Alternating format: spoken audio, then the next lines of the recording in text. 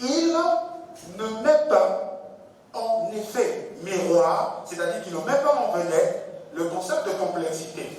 Nous, dans le cadre, nous le disons modestement, de notre travail, nous avons bien voulu appliquer l'épistémologie des croyances religieuses en prenant le concept de complexité comme un concept révélateur.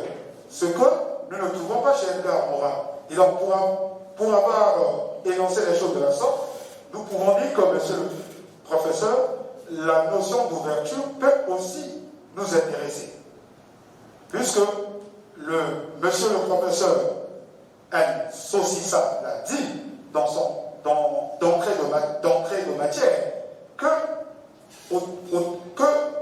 Morin, c'est précisément la conclusion de son ouvrage Méthode 1, publié à Paris aux éditions du Seuil en 1977, la conclusion relative à cet ouvrage montre bien que Edgar Morin parle de l'ouverture de l'ouverture, mais pour le cas de notre travail tel que cela a été énoncé pour y réitérer, nous parlons de l'ouverture de l'ouverture.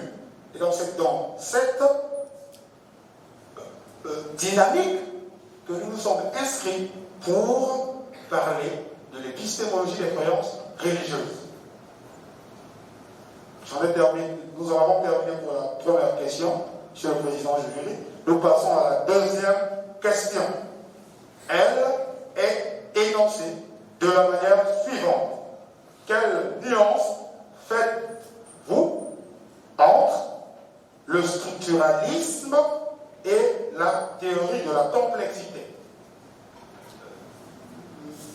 Monsieur le Président, nous avons sincèrement que la pensée de Gilles Gaston Granger nous a paru difficile d'accès, mais nous avons tenté au moins, à l'aide de notre collègue, s'il faut le dire de la sorte, puisque le professeur Niamboula, nous devons ne pas parler au thème des collègues. Nous parlerons d'un jeu avec qui nous jouons dans une même équipe mentale, qui s'appelle Nils Molombe.